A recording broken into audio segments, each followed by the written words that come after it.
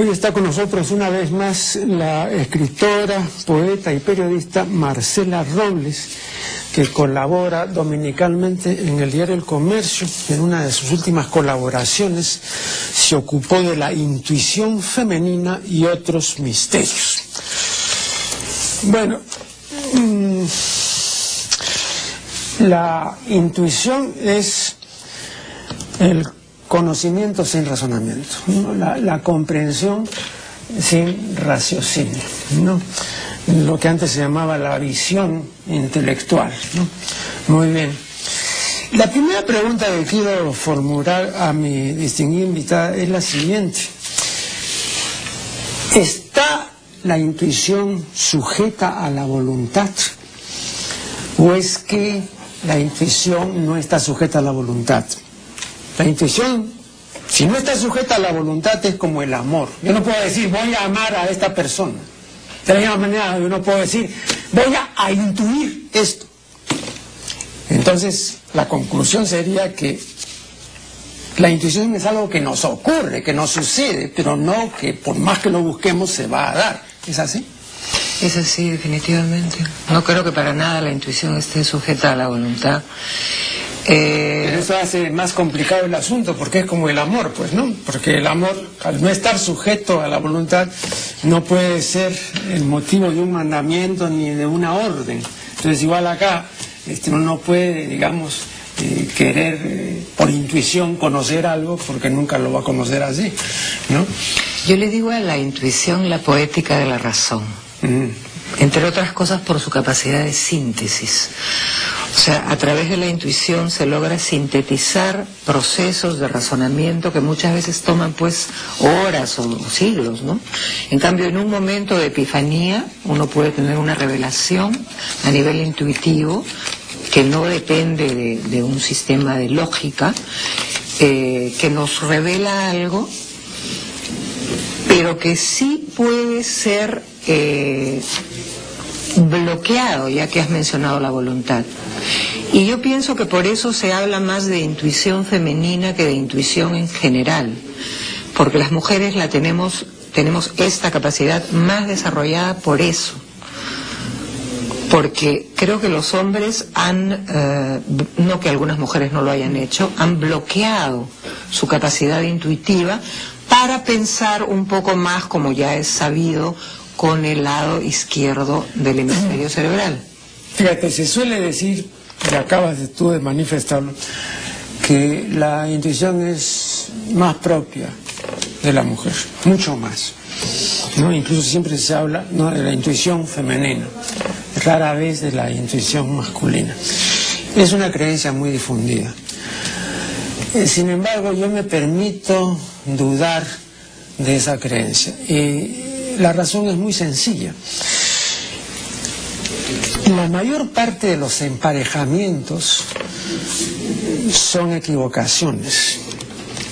El hombre y la mujer generalmente se equivocan al elegir pareja. El que habla, fundándose en hallazgos de la Escuela de Teología Contemporánea, ha explicado convenientemente por qué ocurre esto. Yo no voy ahora a repetir esa explicación porque no es exactamente el tema de esta conversación. Pero, de hecho, es innegable que ocurre. Entonces yo diría, y lo he dicho, además lo tengo escrito, el 90% de elecciones de pareja son desaciertos. Si fuera cierto que la intuición es más propia de la mujer, entonces, ¿qué cosa pasa en este caso cuando se trata de elegir pareja? ¿No le funciona la intuición a la mujer? Porque está bien, el hombre pues no tiene intuición o la tiene muy escasamente, muy bien. Entonces esa sería una buena razón para decir, claro, como no tiene intuición, no intuyó, ¿no?, que esa no era la persona adecuada y se equivocó. Pero en el caso de la mujer no. Entonces la mujer también se equivoca, ¿no?, aparatosamente cuando elige al varón como pareja, porque esa elección es errónea. Entonces ahí no ha habido intuición. Pues si hubiera habido intuición, la intuición pues nos dice la verdad, ¿no? Bueno, tú eres una prueba fehaciente de que los hombres trabajan definitivamente con el hemisferio izquierdo, ¿no? Porque estás tratando de, poner en un mismo saco una nebulosa incomprensible para la humanidad desde hace miles de años, que no se puede, pues, manifestar en una ecuación tan sencilla como la planteas tú. Yo te he oído hablar sobre este tema muchas veces y comparto tu duda, porque tú has manifestado que es una duda, ¿no? Pero la intuición, pues, no es una cosa que uno aprieta un botoncito y aparece. O sea, precisamente porque no depende de la voluntad. Pero ¿en cuántos casos? ¿Cómo vas a tú a decidir? Marcela, ¿en cuántos casos de elección de pareja hemos oído decir Pero dale, a la mujer y también al hombre, esta era la mujer que estaba, eso a cada rato? Claro, pero es que la mujer que yo siempre, y tenía que ser tú. Entonces, ahí hay algo que no es racional. No, porque esas cosas cuando de repente te deslumbras y ves, este es el que me conviene. Bueno, ahí me entra la razón, ¿no? Entonces por eso digo yo, ahí tendría que entrar la intuición. Entonces uno intuye que este es el hombre adecuado, que esta es la mujer que me conviene. Y bueno, pero ¿por qué supones que la intuición siempre es acertada? No, la intuición si no es acertada me decía, no, esa también es otra cosa. Quería también manifestar. La intuición se puede equivocar. Antes de venir estuve revisando lo que dice José Ferrater Mora, bueno, entre otras cosas, ¿no?, acerca de la intuición. Claro, él lo ve desde el punto de vista filosófico, que no es este el caso. Pero él dice, y me parece con razón, que la intuición, toda intuición tiene 4 características fundamentales, las 4. En primer lugar, es directa. No tiene intermediación de ninguna clase, no tiene inferencias, deducciones, nada, rodeos. En segundo lugar, es inmediata. No, o sea que no hay que esperar, que no, que voy a ver, no, sino que se da o no se da, ¿no es cierto? En tercer lugar, es completa. O sea, no es que intuya toda esa realidad intuible, sino que aquello que ha podido intuir, eso lo hace completamente, ¿no? O sea, no es segmentaria ni parcial, ¿no? Y después es adecuada, o sea, hay una correspondencia entre la verdad que te revela la intuición y la intuición. Una intuición, como dice Ferrater, que no revela esa verdad, pues intuición, pues entonces no es adecuada, entonces no, pues es otra cosa. Entonces, en este caso, toda intuición tiene que ser adecuada. Si no es adecuada, no. Entonces, ¿para qué digo? Tuve la intuición y me equivoqué. No, pues entonces no es intuición. La intuición, dice Ferrater, no se equivoca. ¿Nunca has oído decir me falló la intuición? No, entonces no es intuición, es otra cosa. Pero la intuición no puede fallar. Pero no seas tan fundamentalista, pero no puede fallar la intuición, pues. No, sí, en el amor se ve eso. No es que la intuición pueda o no fallar, ok, pero lo que te estoy tratando de decir es que, por ejemplo, en la elección de pareja, que es el ejemplo que tú has elegido, no entra solamente la intuición, sino una serie de cosas que pertenecen, pues, a cosas inmanejables. O sea, no es una sola la razón por la cual tú eliges a una pareja. Por ejemplo, el enamoramiento. Sí, pero eso es parte de la elección, pues. Igual, pero cuando te es parte de la elección, y se suma la intuición, y se suma la razón, y se suman los consejos de tu abuela. Pero toda esta cosmogonía que influye en la toma de una decisión no se puede simplificar en una ecuación matemática, porque corresponde al mundo de las emociones. Y ese mundo, Marco Aurelio, que es el de la intuición, es indescifrable. Está, por ejemplo, una cosa muy interesante que está estudiando ahora, yo no soy neuróloga, ni médica, ni mucho menos, pero la neurobiología, que es la que ha rescatado la intuición que estaba un poco mal vista hasta hace relativamente poco tiempo, porque los psicólogos decían que si no era una cosa científicamente comprobable, entonces no se podían valer de eso para demostrar nada. Pero los neurobiólogos se han dado cuenta de que efectivamente habría factores genéticos alojados precisamente en el lado derecho del cerebro que constituyen una serie de asociaciones nerviosas entre células y sistemas eléctricos del cerebro como nuestro hardware, ¿no es cierto? Claro. Como nuestro chip.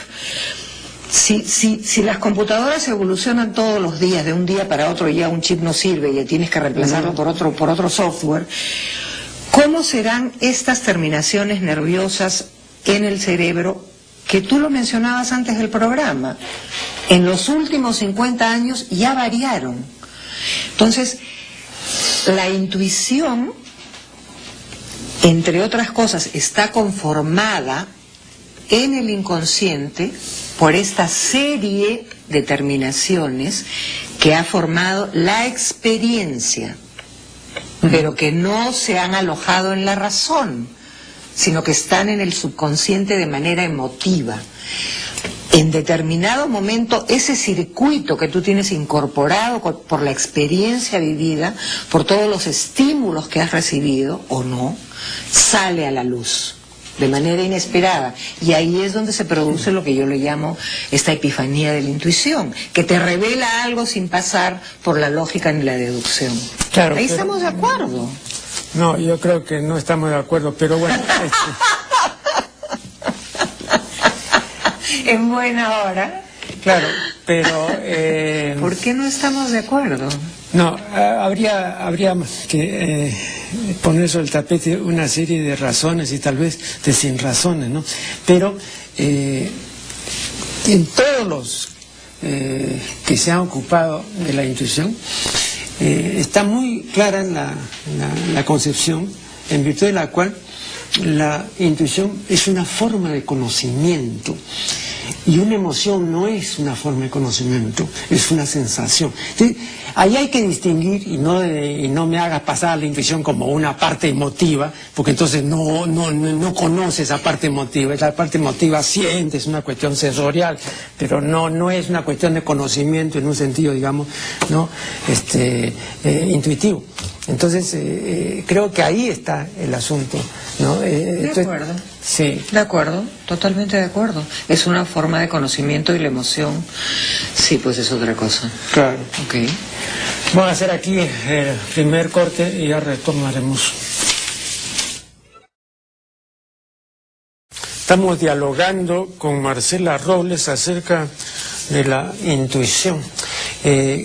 Antes de continuar, creo que conviene distinguir la intuición de otras cosas que se le parecen pero que no son, ¿no? Pálpito, corazonada, o sea, presentimiento. Entonces, la persona que presiente, ¿no?, tiene la sensación generalmente vaga de que algo va a ocurrir, de que algo va a suceder. Pero no tiene la sensación vaga de que va a conocer la verdad de algo. Entonces ahí hay una diferencia, porque la intuición no es que va a suceder algo y todo. No, y eso también es la diferencia de la adivinación, ¿no es cierto? Porque la adivinación sí tiene mediación. O sea, la cartomancia está sujeta a reglas que tienes que seguir y consultar pues a los signos y preguntar a los astros a ver qué va a ocurrir. O el pulpo que adivina quién va a ganar. Claro, pero no, en el pulpo, para que el pulpo sepa, entonces le ponen 2 recipientes. No sabes esa, ¿no? ¿Cómo adivina el pulpo? Con 2 recipientes acá, y cada recipiente tiene la bandera del respectivo país. Entonces el pulpo, que necesita tomar el agua, entonces tiene que escoger de cuál va a tomar, y entonces el pulpo que es un súper adivino, siempre no tome el agua del país que va a ganar. Y hasta ahora ha acertado, ¿no? ¿Acertado? Sí. Bueno, entonces eso es lo que te estaba manifestando. ¿Cuál es la pregunta? ¿Quieres que te comente lo que me has dicho? Sí. No, estoy totalmente de acuerdo, son cosas totalmente distintas, y sí, tienes razón, hay una línea muy delgada entre todas estas... Porque fíjate tú, la corazonada, el pálpito, el presentimiento y la adivinación se refieren a cosas que van a suceder, pero ninguna dice, esta es la verdad, o así es, ¿no? Sino que se somete a una parafernalia ritualística, ¿no? Se cumplen una serie de pasos y reglas y todo, y luego tú descubres que va a ocurrir algo. O sea que es, digamos, la anticipación de de una ocurrencia claro, aquí es de una sucedencia. La intuición es como bien has dicho, el descubrimiento de algo que efectivamente es, ¿no es cierto? Claro. O sea, y que creo que debería ser más cultivada. O sea, hay gente que sigue menospreciando la intuición como una cosa... Yo creo además que hay otra cosa, ¿no? ¿Estás de mal humor? Es algo, sí. No, porque estoy en todos los preparativos de publicar un par de libros, ¿no? Y acá en este país, y no solamente en este país, no solo en este país, sino creo que en la mayor parte de los países no hay control de calidad. O sea, no suele haberlo, ¿no? Entonces, cuando uno quiere establecer ese control de calidad, etcétera, entonces se les hace un mundo a los que no tienen normalmente ese control de calidad. Porque dicen, no va a pasar nada, nadie se da cuenta, etcétera, ¿no? Pero yo me doy cuenta. Bueno, entonces es esa permanente lucha, ¿no? Porque, repito, porque no hay ese control, ¿no? Y a un editor le duele mucho, a un escritor le duele mucho. Hay gente que dice, ay, pero no seas exagerado, ¿qué importará una coma aquí o una viuda allá? Pero en verdad es doloroso ver una página mal impresa, ¿no? Doloroso. Así como también el otro día, apartándonos ligeramente de esto, el otro día, y voy incluida, porque acabo de dirigir una carta a la doctora Marta Hildebrand, ¿no? El otro día, el sábado 10 de julio, la doctora Hildebrand publicó una nota lexicográfica en El Comercio titulada "Cuando las papas queman". Y con una ingenuidad conmovedora, ¿no? Y de mejor causa, la doctora ha creído de que esas papas son las papas, ¿no?, que se comen, o sea, son el tubérculo comestible. ¡No! Pero no, pues en absoluto. Entonces le demuestro pues que está equivocada. Esto mismo yo le demostré al lingüista ecuatoriano muy distinguido, Hernán Rodríguez Castelo, que también incurre en el mismo error de creer que esa papa caliente, esa es la papa del tubérculo comestible. No, esa papa es la papa sexual. Y entonces le explico por qué, pues, ¿no? Entonces, bueno, no voy a repetir acá, no es el tema, ¿no? Y eso me puso mal humor, porque, es que ¿sabe qué demuestra? Que incluso los mejores lingüistas, y la doctora Hildebrand es una gran lingüista, que merece todo mi respeto, cometen errores así increíbles, ¿no? Es decir, ¿cómo puede uno...? Todavía dice, no, pues claro, cuando uno lleva las papas recién hervidas y uno las agarra y queman, no tiene que pasársele una mano a la otra. ¡No! Pero todos cometemos errores, pues, su eminencia. No, doctora, pues vea usted, es una lingüista respetable. ¿Y cómo va a tomar esa papa, ¿no? Es decir, como la papa comestible, ¿no es cierto? ¿No? Bueno, entonces eso pone mal humor. Bueno, pues es una buena causa por la cual Bueno, volvamos a esto. En 1982... dos científicos, uno de ellos apellidado Holloway, el otro no recuerdo exactamente, descubrieron, y por casualidad, que el cuerpo calloso en la mujer es más largo y más ancho que en el hombre. O sea, que llamaremos manojo de terminaciones nerviosas intrahemisféricas, ¿no? Entonces, claro, lo que se concluyó fácilmente, y es obvio, es que la mujer está menos lateralizada que el varón. Entonces quiere decir pues que como tiene más interconexiones está más, ¿no? Es más coherente, ¿no? Es menos esquizofrénica que el varón, ¿no? Y entonces por eso, por ejemplo, la gente que ha sufrido afasia, si es del sexo masculino tiene pronóstico reservado, pero el sexo femenino no, porque puede conversar mucho mejor que el hombre, ¿no? Bueno, pero yo cuando comenté esta noticia en su momento dije que es un descubrimiento sensacional, etcétera, pero que esto no facilita la relación entre los sexos, sino que la dificulta más. Porque si la mujer tiene ya anatómicamente más interconexiones, ¿no? Entre los dos hemisferios, entre los dos cerebros, entonces se distingue más del varón, ¿no? Entonces la posibilidad de que el varón entienda a una persona que ya anatómicamente diferente cerebralmente es mucho más complicado, ¿no? ¿Usted cree eso, doctor? Yo creo que la pareja es un imposible. O sea, nos hemos complicado la vida, no sé en qué momento y por qué, pero Ah, pero yo soy un ingenuo, yo creía que usted era más bien una abogada de la pareja. abogada del diablo. Toda la vez era pesimista y cabizbaja. ¿Por qué? Eso le fue imposible, ¿por qué? Y yo soy enamoradísima. Pero no, yo no digo eso, no digo lo de la pareja, ¿por qué? Porque no se puede, pues, No, o sea, no, hay que hacer demasiadas concesiones. Ah, no. Entonces es Uno vale la pena. ¿No? ¿Es lo que quiere decir? Bueno, depende. Depende. No, pero Depende de depende. cuáles sean los beneficios. Bueno, O sea, pero concesiones, ¿a qué te refieres? concesiones sencillas, desde que si quieres o no dormir sola, si te gusta o no puedes ver la televisión y manejar el control remoto, o dar explicaciones o no, o ser o no más independiente, o tener o no sexo más periódicamente con la misma persona. Ah, o sea que usted está pensando la pareja en la misma casa, metida en la misma cama, en el mismo cuarto. Dios me libre. Entonces, ¿en qué Dios estamos? me libre. Era una pareja estable, pues. Pero no en la misma casa, pues no. Pero el problema es un problema geográfico. Eso es antihigiénico. Antihigiénico. O sea, vivir con una misma persona 24 horas Un todo el año martillo chino. es un martirio para los dos lo saben, Claro. y yo no sé por qué continuamos con el mismo error. Bueno, continúan, porque yo no me casaría de nuevo ni muerta. Claro. Pero sí me gusta tener una pareja, o sea, Pero para que cada semana, cada 15 días. Claro. un poquito más, ¿no? Que es mensual. Y me gusta pensar en la idea, para mí personalmente, estoy hablando a nivel personal, de la monogamia, de ser fiel, o sea, Sí, ¿no? sí, en estos tiempos difíciles de SIDA. Claro, cada vez es un estereotipo, eso de que para ser fiel. Y todo, ¿por qué tiene? Sí, ¿por qué tiene que ser fiel? Porque es todo un reto, pues, es un compromiso. O sea, Pero eso va contra la especie, pues en eso no es natural. No, la especie no es monógama. no es monógama. Claro. Pero es un buen Usted le lleva la contra a la especie. Así es. Ah, ya. A todo le llevo la Ah, ya, muy bien. Bueno, vamos a hacer acá un nuevo corte y ya volvemos. Seguimos dialogando con Marcela Robles en su artículo.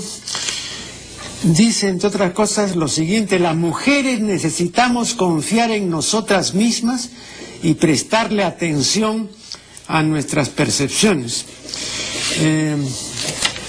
¿Y qué cosas han hecho antes las mujeres? Dormir, ¿no? Yo recuerdo que Qué malcriado, ¿eh? no, ¿sabe por qué? Weininger decía que lo único profundo que tienen las mujeres es el sueño, ¿no? Entonces, por eso yo digo, tenemos que confiar. ¿Pero por qué? ¿Qué cosas han hecho antes? ¿No han estado a leer? No han estado despiertas. ¿No? Ay, ¿para qué me meto a escribir tonterías, Dios mío? A lo que me refería con ese párrafo, tanto que nos estábamos divirtiendo, ya te pusiste serio. No, pero tú, estoy citando pues lo que dices tú, que tienen que confiar en sus propias percepciones. Acá está, muy claramente. En esta época de transición en la que estamos, no sé hacia qué, porque no tengo la menor idea, en que las mujeres estamos ocupando nuevos espacios sociales, políticos, etcétera, se tuvo en un momento hubo el malentendido de que teníamos que comportarnos un poco más masculinamente, ¿no? Entonces que teníamos que ser un poco más como eran los hombres y cómo actuaban los hombres en el terreno político y social, en la arena política y social. Entonces, simplemente quería puntualizar el hecho de que no, de que tenemos que regresar a esta cosa, a este valor agregado que tenemos las mujeres sobre cosas como la intuición, y aprender a confiar en ellas nuevamente, o sea, no dejarnos llevar simplemente por el mundo de la razón que es dominado por los hombres, sino también tener en cuenta, para recalcar el tema que traté en ese artículo, de la intuición. Me refería simplemente a eso. No es que hayamos estado durmiendo nunca, porque hemos trabajado mucho más que los hombres durante toda la historia de la humanidad, tanto en el espacio doméstico como en el espacio social en su momento. Me he picado. Voy a traer a colación un juego de palabras de Francisco Umbral. decía, ¿en qué se diferencia un hombre de una mujer? ¿Sabes eso, no? No. En que el hombre es masculino y la mujer es masculona. Ay, qué chiste. Bueno, Mal. Pero eso es un escándalo.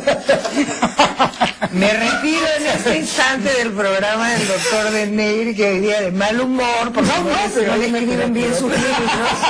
¿pero no te parece un buen juego para Es un chiste horrible, machista, desagradable. Ah, sí, ¿no? Sí. Sí. No, bueno, es que está sujeto. Además también. hay hombres que tienen un magnífico culo, ¿eh? Sí, no, ahora que he visto el mundial, estaba fijando. Pero realmente muy buenos culos masculinos, Sí, ¿no? ¿sí? Son Sí. ha habido jugadores así excepcionales. Bueno, pero volviendo a lo de la intuición, me parece que la intuición es un fenómeno raro.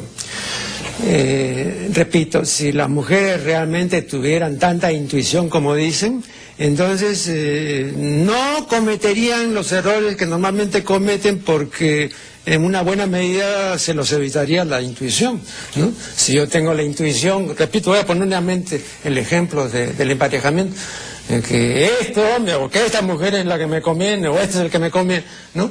Entonces, como la intuición no se va a equivocar, me va a decir la verdad, entonces ese es, pues, o esa es, ¿no? Pero como eso no ocurre, y como los emparejamientos son tan desacertados, entonces hay que sospechar que ahí no funciona la intuición, o que no ese es el campo en el que pueda funcionar, y que tal vez haya otros campos donde sí. Es probable que la intuición funcione mejor en determinados campos, es cierto, no lo sé, pero hay una cosa interesante. Yo conversaba con una amiga sobre este tema y me decía, no se trata de jerarquizar sobre los hombres el hecho de que las mujeres posean determinadas cualidades, y eso me parece bien importante. Es decir, las mujeres poseemos algunas virtudes, los hombres poseen otras, pero no significa que unos seamos mejores que otros o más aptos que otros, por ejemplo, por tener más intuición o no. O sea, no significa que cometamos menos errores por el hecho que tenemos más intuición, porque, repito, entran en juego demasiados otros factores, no solo la intuición pura. Es como hablar de la razón pura, o como el idiota de Descartes que decía pienso luego existo.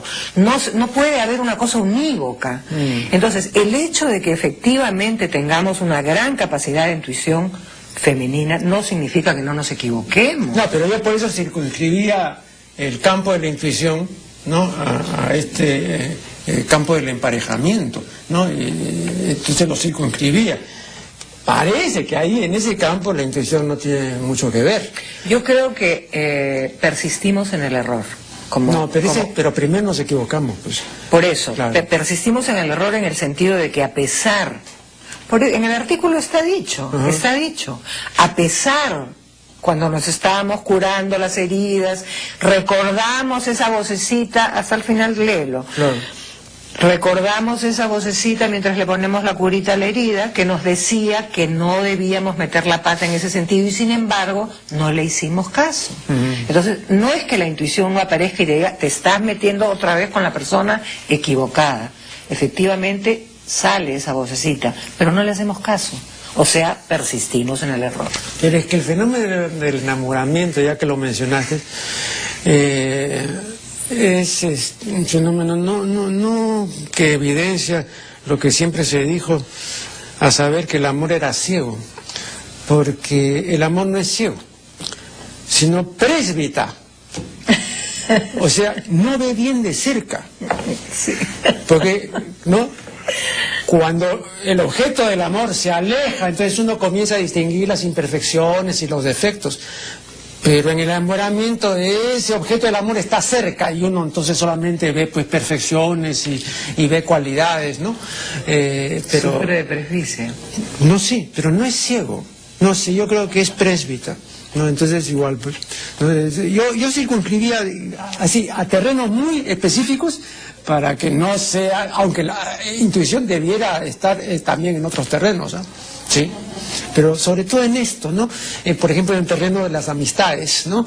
En el terreno, ¿no?, donde hay este juego de simpatías y antipatías, o sea, en un terreno no racional, Pues la simpatía y la antipatía son cosas no racionales también, ¿no? Entonces ahí sí puede entrar la intuición, pero también no entra. Pero por ejemplo ahora que has hablado del enamoramiento, yo noto que yo me estoy enamorando las últimas veces que me he enamorado de otra manera. Entonces los procesos evolutivos influyen, o claro, cuando uno trabaja en ellos, ¿no? Influyen también en cosas que parecen tan indomables y chúcaras como el amor.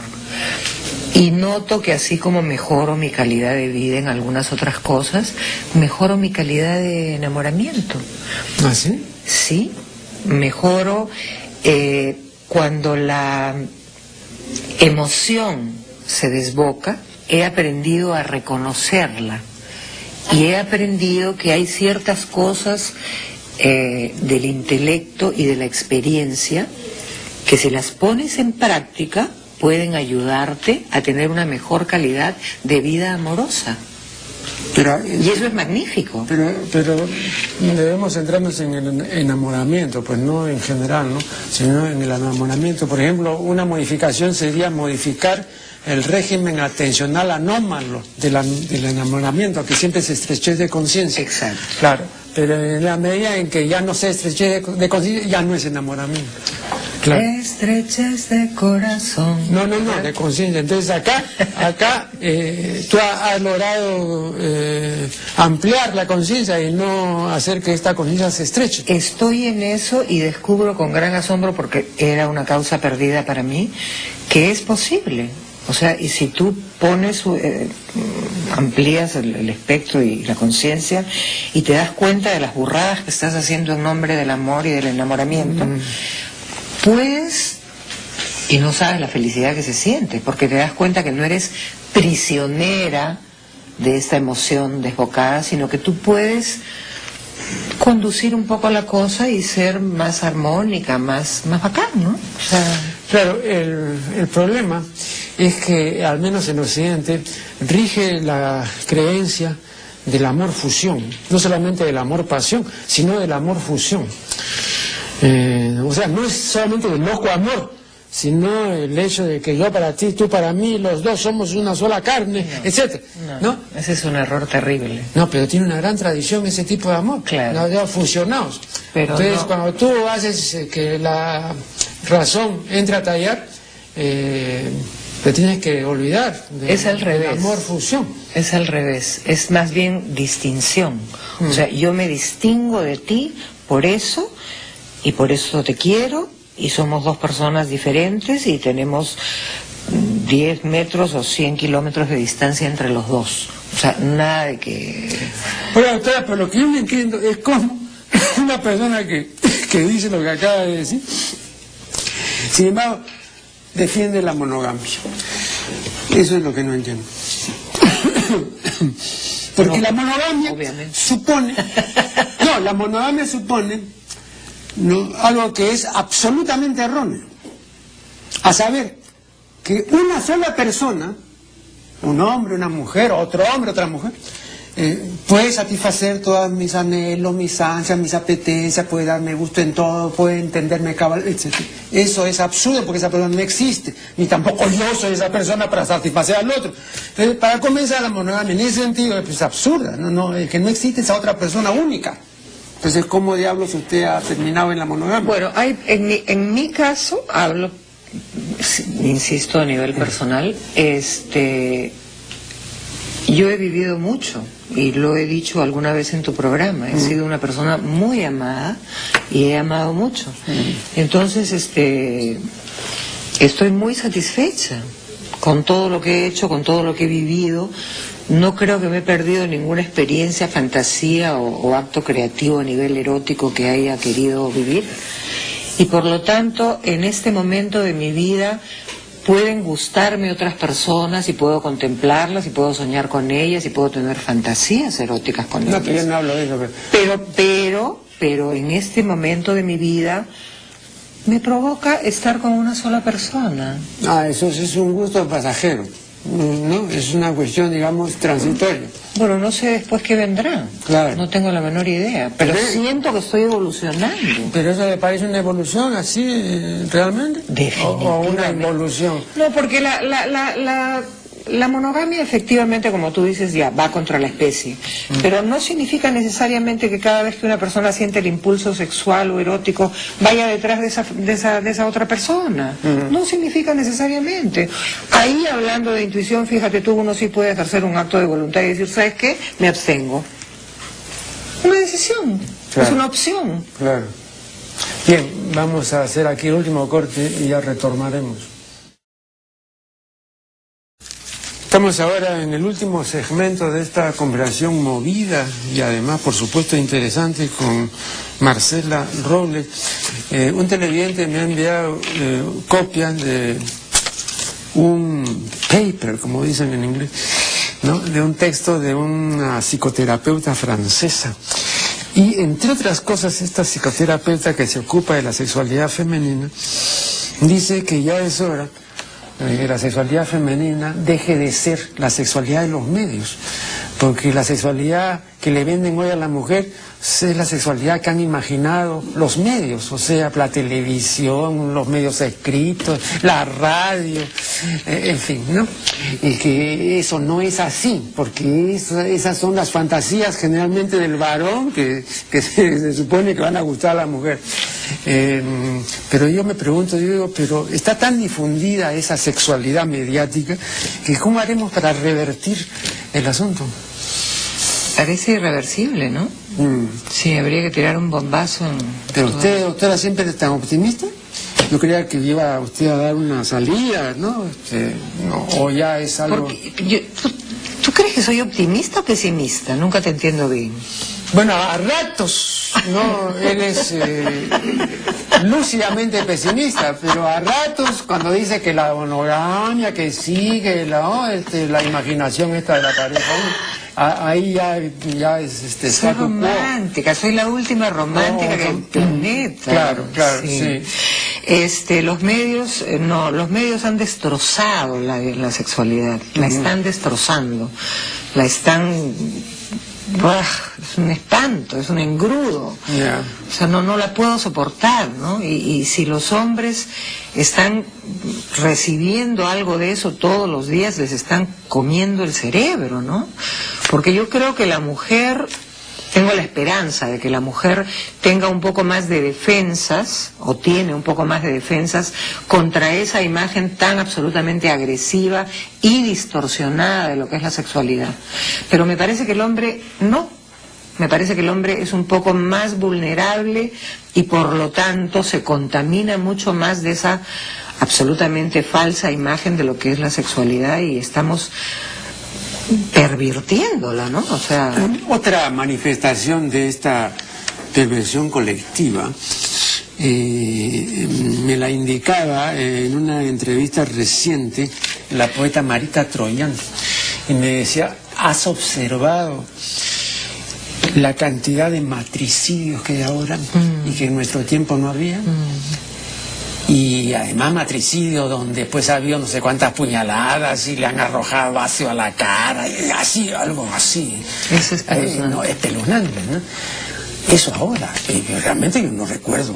Yo acá incluso contaba que me costó mucho trabajo descubrir en la literatura contemporánea en español un matricidio y que lo descubrí en una novela, ¿no? De Camilo José Cela, que se llama la familia de Pascual Duarte. Ah, claro. Ahí hay un matricidio, claro. Pero luego no podía, ahora sin embargo podrías escribir varias novelas. Está desatada la cosa, ya es terrorífico realmente, porque parece un policial, ¿no? Pero creo que se debe, y tú lo mencionaste hace un rato en relación a temas cercanos, a esta esquizofrenia que se crea en relación a lo que es la sexualidad, ¿no? Entonces, por un lado, es esta cosa absolutamente desbandada, ¿no? De estas prominentes traseros en la primer plano en la pantalla y mujeres con las camisetas mojadas y toda esta aparente, ¿no?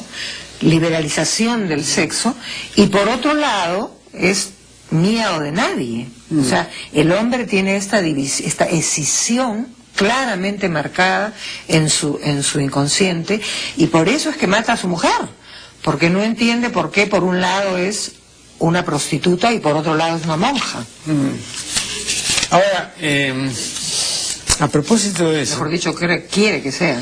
A propósito de eso, esta autora francesa habla también de la posibilidad, que yo no distingo claramente, de que la mujer que tenemos en casa, como mi mujer, sea no solo la madre de los hijos que vamos a tener o que ya de hecho tenemos, sino también la amante. No sea conciliar esta identidad de madre y esposa con la de amante.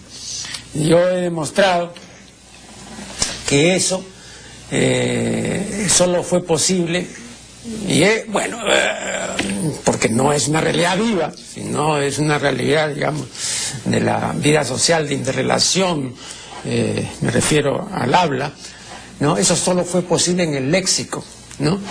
Porque en el léxico sí el pueblo logró juntar a la puta y a la madre. Y entonces cuando el pueblo dice esto es como la puta madre, significa que es algo estupendo, que es muy bueno, porque reunir efectivamente a la puta y a la madre y decir con eso que es algo estupendo es un logro lingüístico, ¿no? Pero en la realidad no es así, porque la puta es la puta y la madre es la madre. El deseo de unimismarlas, ¿no?, de identificarlas, es improcedente. ¿Cuáles son tus comentarios? Que es un pensamiento masculino. ¿Sí? Sí. ¿Por qué? Porque yo creo que las mujeres podemos unificar ambas cosas y queremos unificar ambas cosas. O sea, tener dos hijos, ¿no es cierto? Al hijo que has tenido con el hombre y al hombre que es también tu hijo. Eso. Solamente así yo lo veo. Ah, tú estás hablando de la cuestión de la madre.